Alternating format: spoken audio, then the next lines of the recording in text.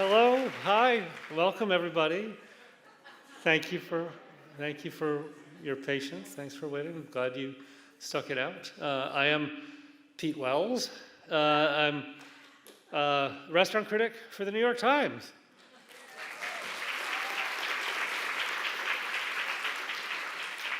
Or am I? Actually, I am the ex-restaurant critic for the New York Times. I stopped doing that this summer. I have returned to civilian life, and after 12 years of going out almost every night, I'm eating at home a lot, which is one of the reasons I'm very excited about NYT Cooking's new cookbook. I'll tell you that I am not the man I used to be. At the beginning of the year, I was 50 pounds heavier, and I hadn't been able to wear this jacket for some time. I'm glad to see it back. And I owe a lot of my transformation to cooking at home, which means I owe a lot of that to NYT Cooking. It's been a huge help to me, and in fact, I make recipes from it every week. I made 2 over the weekend. This book that we're here to celebrate tonight is a collection of more than 100 recipes you can make for your family, you can make for yourself, which I'm often doing. Good food, wherever you eat it, is very important. It sets the tone for your day. And one of the things we believe at the food department and NYT Cooking is that we all deserve something good to eat, whether we have a lot of time to put it together or a little. So I am pleased to welcome our esteemed panel. First is our moderator. She's a novelist, children's book author, a reader, a bookstore owner, and a home cook, Emma Straub.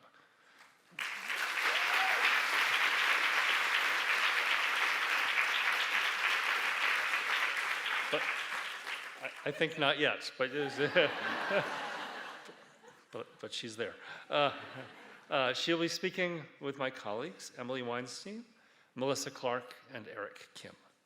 Emily is NYT Cooking's editor-in-chief.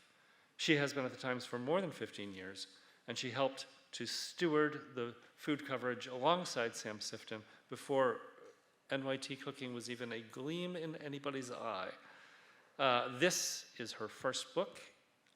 I am told it is wonderful. I look forward to curling up with it. And next we have my friend, food writer, cookbook author, Melissa Clark, author of 45 books, 4 followed by 5. And also the author of 2 of the recipes I made and ate over the weekend. Thank you, Melissa. And you'll know my colleague Eric Kim from his delicious recipes, his regular videos on NYT Cooking's YouTube, and for his book, Korean American, Food That Tastes Like Home. I think this is going to be a real treat. Please welcome our panel.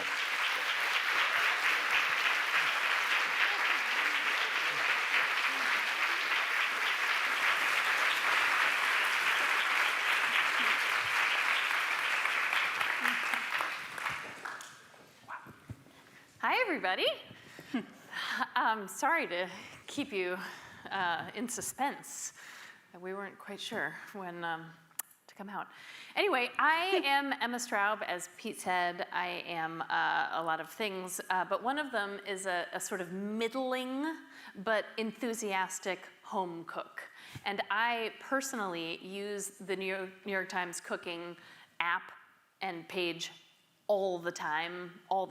Truly, maybe not every single day, but most days. So I am very excited to be here. And today, like, this is a sneak preview too. I don't know if everyone understands that the book is actually published tomorrow. So you're all like really getting here right on time, ahead of time. Yeah, okay, so here's what's gonna happen. So we're gonna talk for a while, and then we're gonna go downstairs, and you get to eat food that is made from this book, I believe, and you will have a chance to buy copies of the new book and to get copies signed. All of these things are true facts, I believe. Okay, so I'm gonna start with Emily. First of all, congratulations, the book is so beautiful. Thank you so much. Are you so delighted with how it turned out? I'm so delighted with how it turned out. Also, that's an amazing compliment coming from you, Emma. I am delighted with how it turned out. You know, we have an amazing team at the Times who worked on the book itself and at 10 speed, but the book is recipes from NYT Cooking, right? I have the pleasure of editing NYT Cooking. I love NYT Cooking. I'm an NYT Cooking super fan. That's what I cook at home. And the recipes are really a celebration of that and of our writers, of Eric and Melissa. And so it's beautiful because their work is beautiful. Yeah. And so I want to ask why. So the book is easy, right? You're starting with easy, which I think is a beautiful place to start for those of us who love food and love cooking, but aren't necessarily like skilled, highly skilled. So I wondered sort of what made you want to start there. Like, I mean, your newsletter is 5 weeknight dishes, you know, which it's like easy adjacent, I would say. What made you want to start with easy? I know, we need a radically easy newsletter. Yeah. We need radically easy. That's a great question. You know, we started really thinking about easy in a very deliberate, serious way about, I would say, 6 years ago. We were trying to figure out how we could help people with meal planning, right? We were doing all this audience research, and we'd go and we'd talk to people who used the app and people who didn't use the app, but seemed like a ripe audience for the app. And what we learned right away is, yes, people wanted meal planning, but actually they just needed ideas. Like, they just needed you to put the recipe in front of them. And it had to be so much easier than anybody on our staff ever imagined. And then, like, we would make the easy recipe, and it's like, oh, no. Like, cross off 4 of the ingredients in this recipe, right? And it was really striking. And, like, sometimes you'd meet people who were really emotional. Like, they were working full time. A lot of them had small children. And they were really trying to make it all work, right? Yeah. And they just needed some help. Yeah. And that was when we launched 5 Weeknight Dishes. Yeah. We're like, okay, we need a newsletter that is just a kind of cooking that can happen at the end of a long day, however you spent the day. Like, and some of it is a little bit more complicated, I think, for the people who want to put in a little more. But I'm always trying to slip in one where it's like, put the ingredients in the pan and cook them, and then you'll have dinner. So we aim for a mix there. Well, so, and like, how do you define easy? Like, is there a certain criteria? Like, when it came to selecting the recipes for the book, like, were there certain, like, I don't know, like, a number of ingredients or techniques that you were just like, no, this could not possibly be considered easy? Like, what? Yeah, and you know, I think weeknight is also a key word in the title. Yeah. So's dinners. Yeah. But you know, the criteria basically, look, there are long recipes that don't have a lot of ingredients. There are complicated recipes that don't have a lot of ingredients. Like, I would argue making an omelet perfectly is not actually easy, right? Yeah. But that's just, you know, whisking eggs in a pan with butter. Yeah. For easy weeknight, we're thinking about as few ingredients as possible. Sometimes we stray from that in order to be, you know, culturally appropriate. You know, if a recipe calls for several spices and we want you to make that recipe, we're going to call for all the spices. We're not going to try to reduce that, right? Yeah. But generally, we're looking for as few ingredients as possible. 2 pieces of equipment only. Like, we don't want you to have to clean up. Like, I think before we started really thinking about easy cooking, we weren't paying attention to like cleaning up, which Yeah. is time consuming. So you know, we can call for like 1 pot, 1 pan, or like 1 pot, 1 blender, you know, but we're not doing a ton of pieces of equipment. We're not doing a lot of ingredients. And then critically, it has to be less than 45 minutes and ideally less than 30 minutes. Yeah. Yes. Oh yeah. When you see that number, you know, and it's like 10 or 15, like Eric has like the peanut noodles where it's like you're using ramen and peanut butter and soy sauce. Like, is there anything else in that? There's a little Parmesan. Yeah. Oh yeah. Right. Okay. And I'm like, I just made a whole meal in 5 minutes. You know, it really makes a difference. It really makes a difference. So we appreciate that. It's because things like that come from real life. Yeah. I think when I think about the most successful recipes, and most of them are in this book, I think it's stuff that I made because it's really helped me. And then I run to my editors. Genevieve Coe is the one who edits a lot of my recipes. I feel like that's how we know that we kind of hit something real. Yeah. Yeah. I mean, because it's like, I mean, it's going to real people. I mean, and I think that like, I mean, I love beautiful, you know, I have some cookbooks that I never open, and they're beautiful, and maybe I, you know, read them, but the ones that I really cook from, like, that's what you need. Okay, so NYT Cooking just turned 10, Yeah. which is a big number, double digits. Yes. It's very exciting. So, but that to me also, just my anxiety talking perhaps, but like when presented with the opportunity to make a book, that also seems like a lot of material to sort of go through. How did you decide what was going to make it into this book? Well, you know, I think this is coincidental. I'm not sure. Caitlin Roper, who's in the audience tonight, who runs, she's a genius, and what she's working on now at the Times is she's working on books and film and TV, how to take what the work we do at the Times and expand it.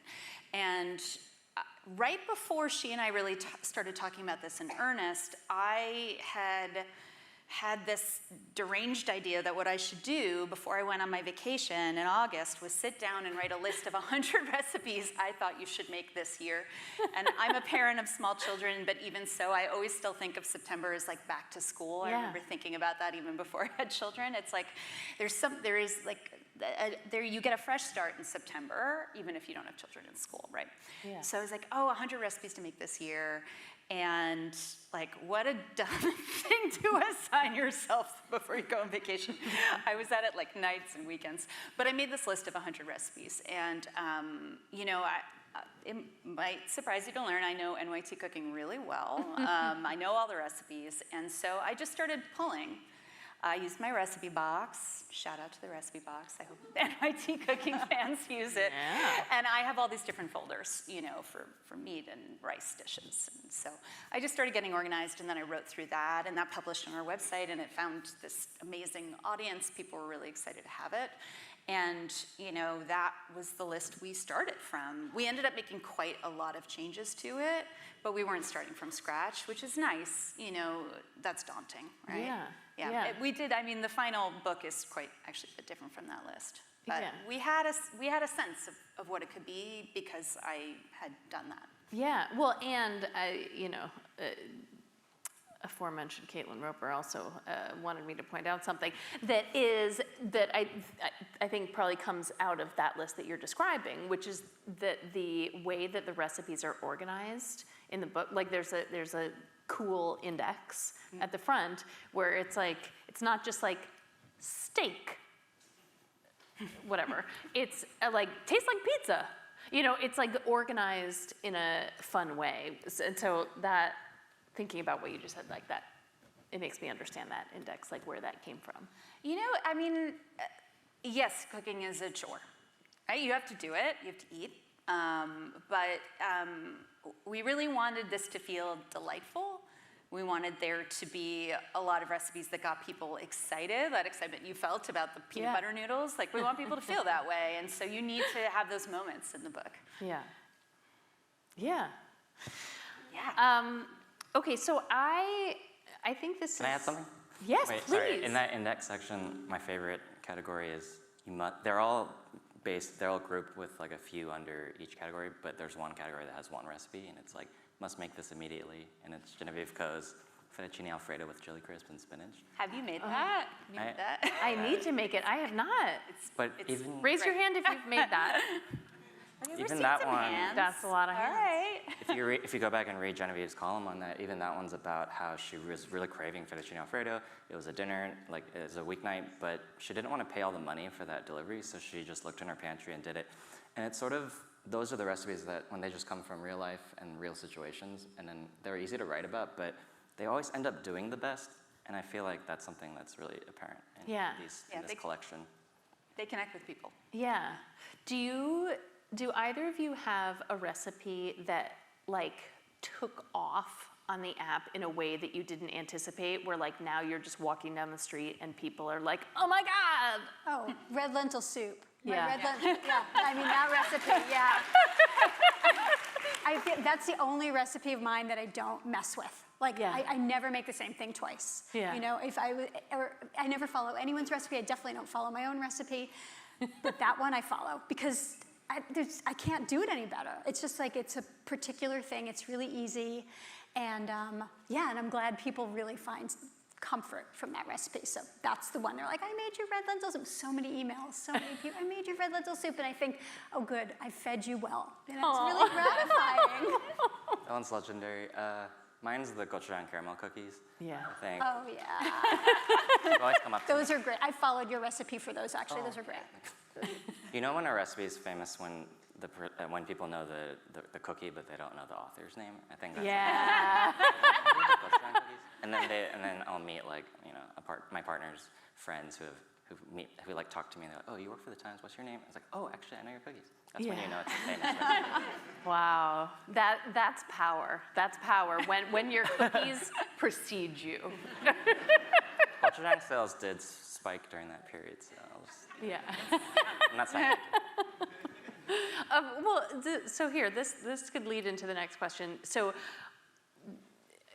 specifically with the cookies that have an ingredient that maybe was unexpected for that kind of cookie, are there recent trends or ingredients that have sort of become more popular in home cooking that have surprised or excited you? It's for everybody. I feel like Melissa's been doing this a lot longer. I know. I mean, every time you know what I love? I love it when an ingredient hits, you know? It's like, because I will buy all the things, anything I see I want to experiment with, but I'm like, can I use it in an ingredient? Can I use it in a recipe that's going to reach a really wide audience? Like, what's the threshold? What's that moment where it's okay to use pomegranate molasses, like, which was a long time ago, but when was that moment, right? When was it okay to use gochujang, and that you could just call for it without saying, and you can special order it on, you know? Yeah. And that people can get these things, so that's really exciting. So I'm trying to think of things that I'm like, okay, like what are some things? The thing that really gave me permission to then introduce people to other types of, you know, lesser known ingredients was sashimi togarashi. Oh yeah. Sort of this like spice blend that I grew up loving. It was in the sushi restaurant near our house growing up in Atlanta, and it was just always on the table, and we sprinkled it over the udon, and I was like, that bite of udon with that little 7 spice blend is so prismatic, and I think I was like, how do I get this just to spread out even more? So I did like a pork chop, which had like a maple lime kind of soy pan sauce, and that brought out all the flavors of that ingredient. And a lot of people bought that ingredient, and they didn't question it. They just wanted to try it because of the recipe. And so people are also excited to try new things, and that really encouraged me to go on. It's that more. intersection, that moment where that people are willing to buy it, but also that they can find it, you know, because it's also like you want to be able to tell people to buy the thing that they can actually get, because then you don't want them to be disappointed. Yeah, exactly. So it's that, but that's that exciting moment. It's like, yes, and we can now call for, you know, maybe green Szechuan peppercorns is going to be the next thing. I think we're a couple of years away from that, but that's on the horizon. Green Szechuan peppercorn on the horizon. You heard it here first. Yeah. They're very exciting. You've been a columnist for like 17 years, right? Or What? more? You've been a columnist for like 17 years or more? I got the column in 2007, so okay. however many years that is.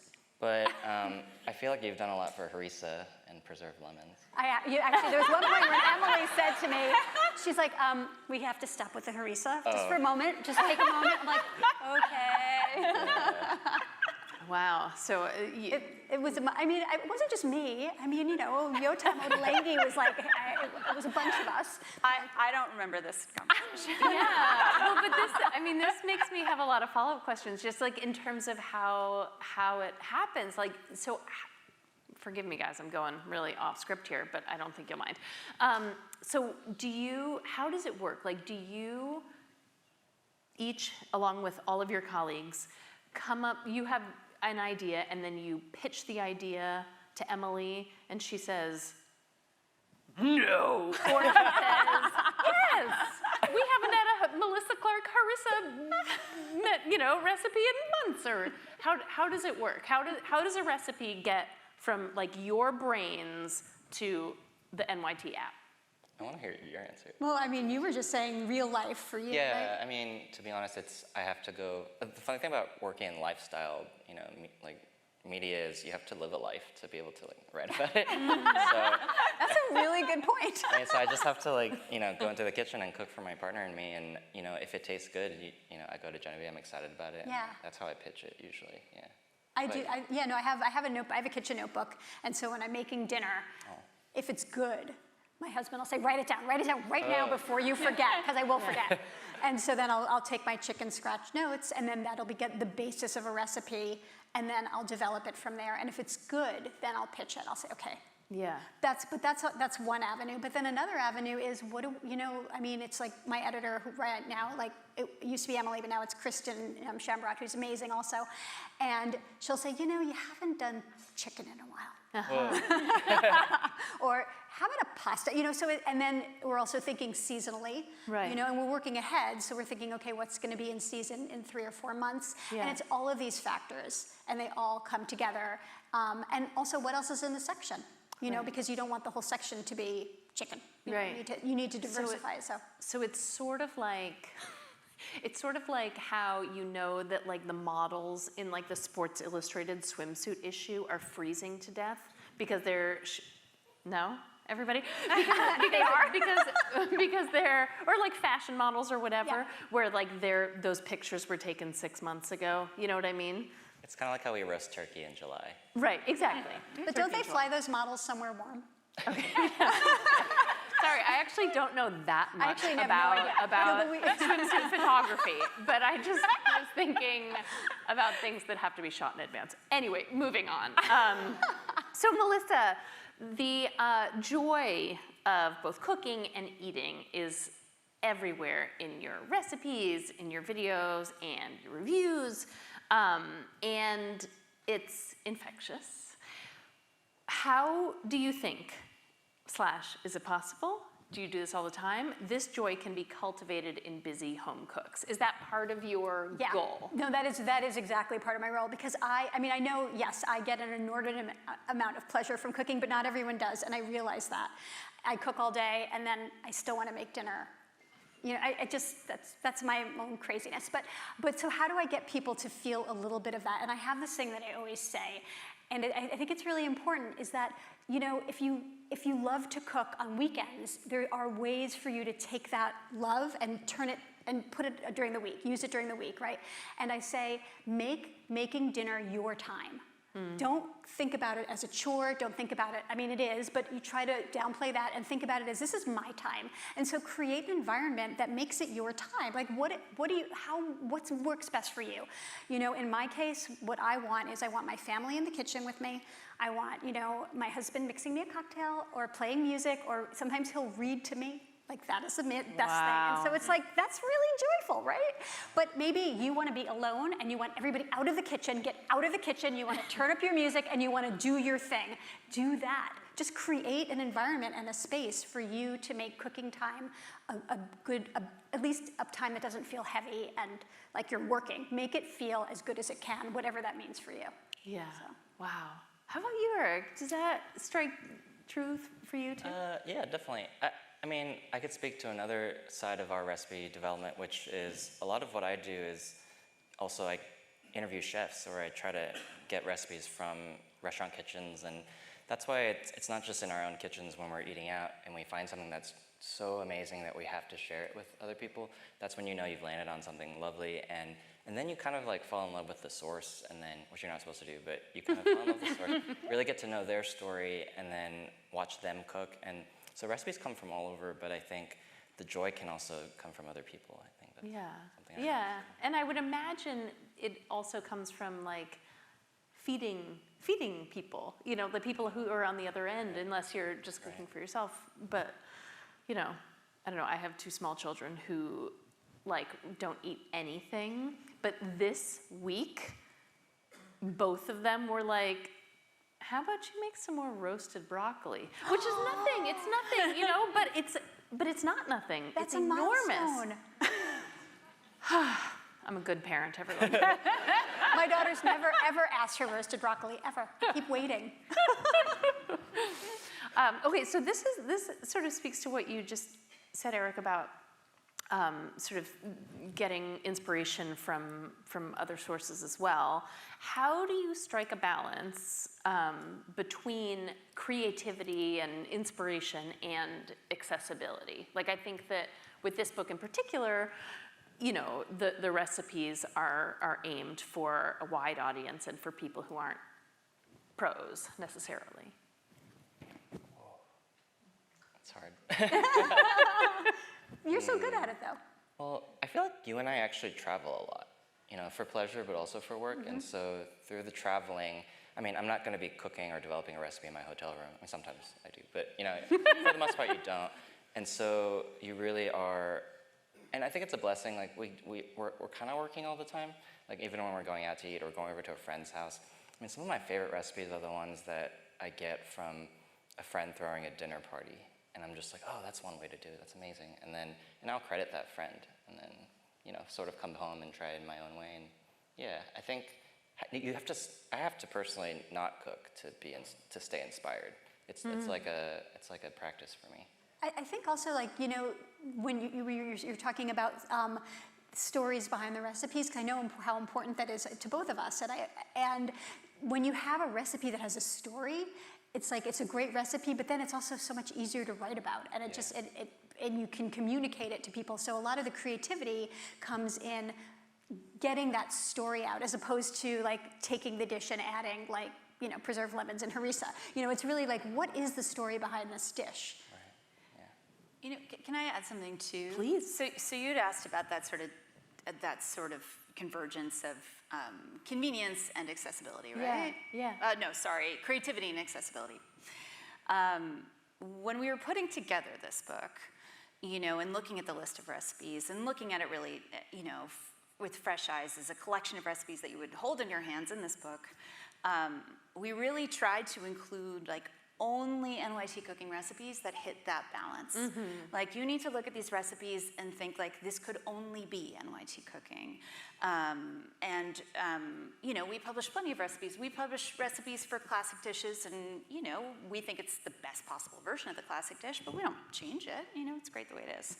These recipes are not that. These recipes aim to be sort of brilliant in their swiftness and their deliciousness. There's always that little something in these dishes that makes it different and special. And that was, for me, a big part of thinking about the book, is like finding those and then putting them all together. Yeah. What about seasonality? Like, I feel like seasonality is something that I think a lot of people think about when cooking, like especially, you know, if they shop at the farmer's market or have a CSA or what have you.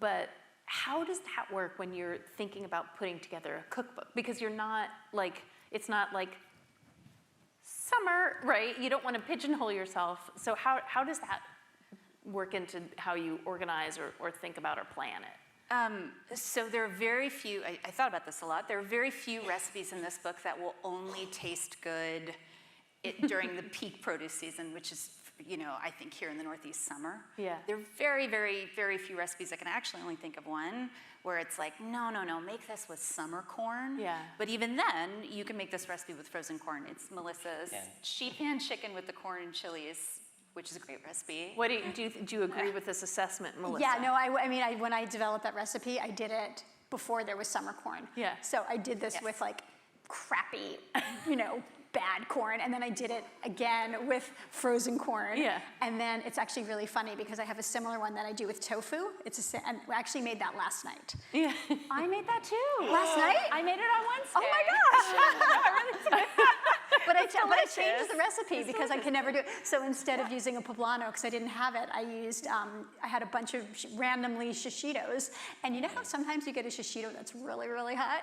Yeah. Yeah, so Daniel got that one, my husband got that one. He was like, what the heck did you do to me?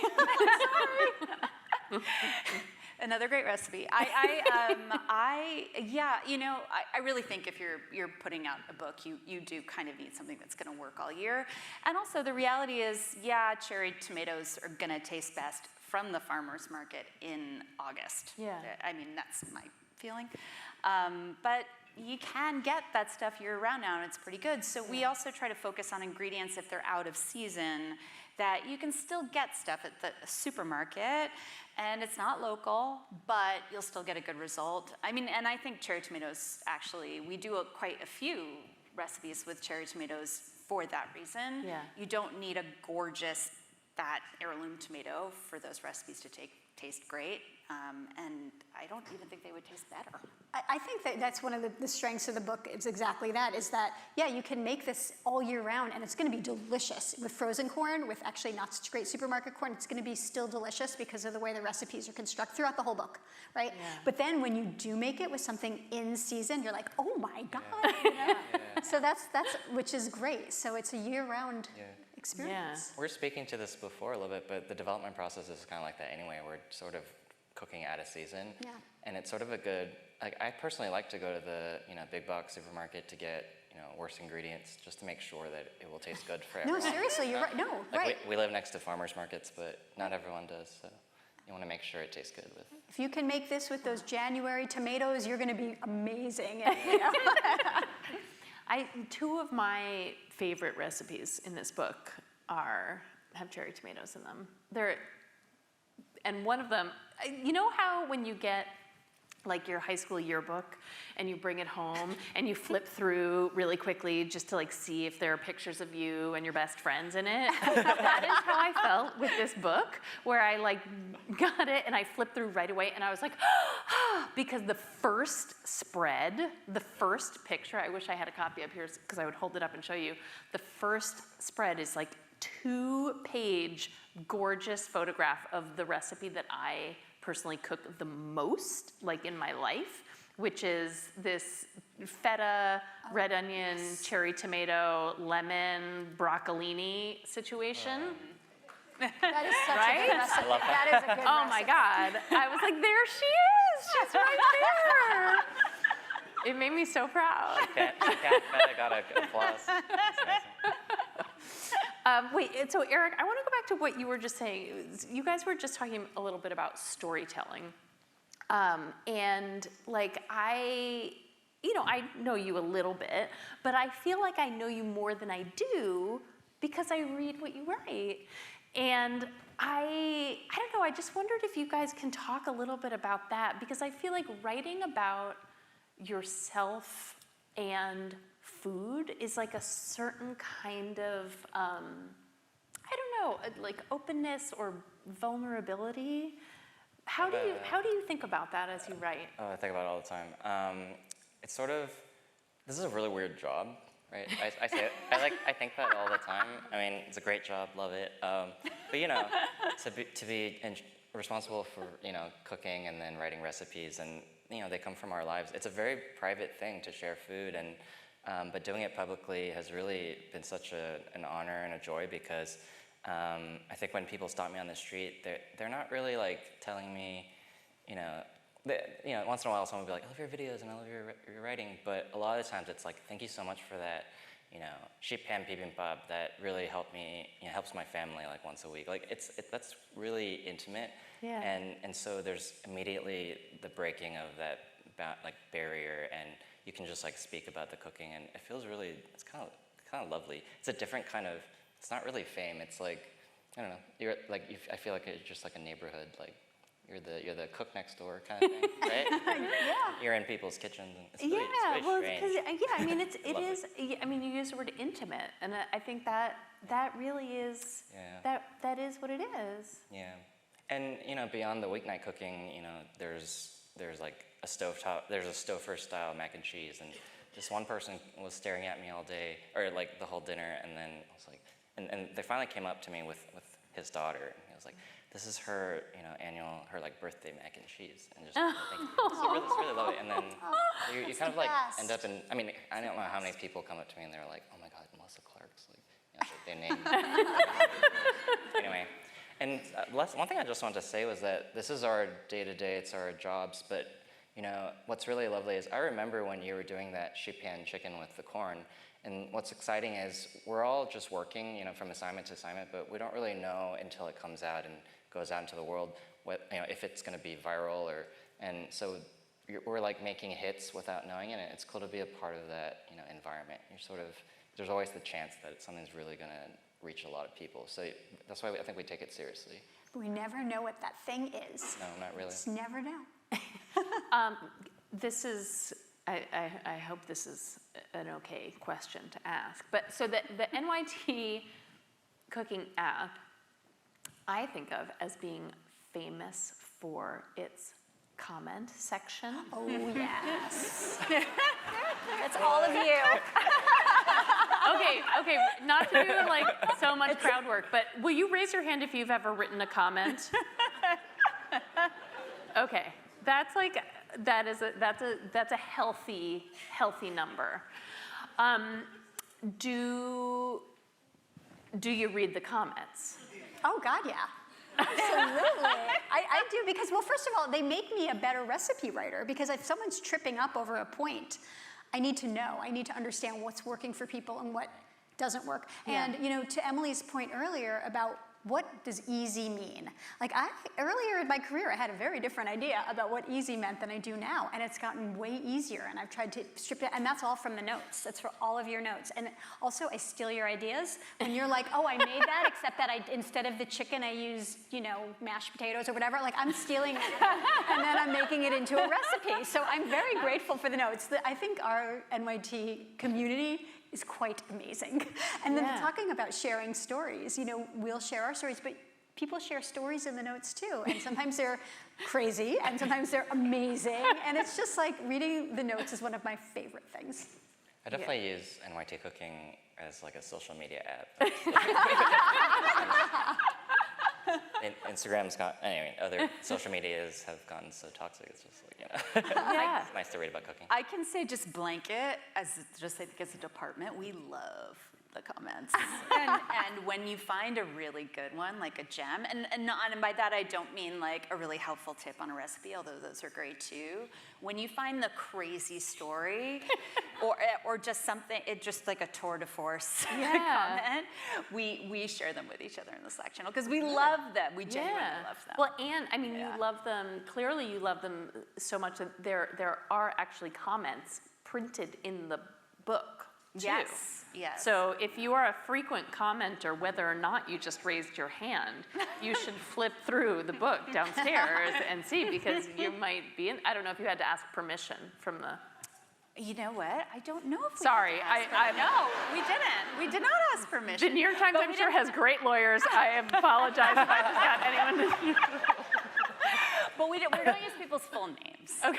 So it's your handle. But yeah, and the comments actually have their own fan account on Instagram. Oh, I know. I follow it. I was at a wedding in Italy, and on the dance floor I met someone who happened to be the guy who runs that account. And we became friends. So, anyway. Wow, I love to meet someone on the dance floor at a wedding in Italy. That's a great introduction. Life goals, Pretty Eric. nice. Life goals of all of us. Okay, so we only have a few minutes left, so I want to ask a couple more juicy questions. Okay. Okay, here, let's start with this one maybe. So what are some common, this is thinking about easy weeknight. What are some common sort of challenges you see home cooks facing, or some like sort of common early sort of mistakes? And how do you help people avoid them when writing recipes? Yeah, that's like a work in right? Like a work in progress, constantly. I have a thought. I have this mayo corn fried rice where you truly just mix all of it in a bowl and then put it in a pan. But the comment section is full of people who are like way overthinking it, which I totally understand. Oh my God, yes. You know, so it's a real balance. It's like you think you wrote it simply enough, but you also don't want to bog them down with too much information. And everyone's so different in the way they use a recipe. So I think my kind of main thought is we're pretty literal. So what's on the page is what you should do. And I think that's like, you can start there. But I don't know. That's my. Well, I think also, I mean, I think you're right. I mean, I think like number one rule is, you know, try following the recipe just to see if it works. It's like a good, but another rule is if you know you don't like something, like you know you don't like lemon zest, anchovies, whatever it is in the recipe, don't use it. Because you know what, ultimately you're making dinner for yourself and you have to make yourself happy. I have a more technical, but I find that when we're thinking about recipes and we're thinking about fast recipes, a real hurdle for people is the ingredient prep. Mm-hmm. And that's also very hard for us to estimate the time for because people just chop things at really different rates, and also they don't have, you might not have a sharp knife, or I remember when I had my first apartment, all my cutting boards were like tiny. Yeah. I had like so many cutting boards, but they were all very small.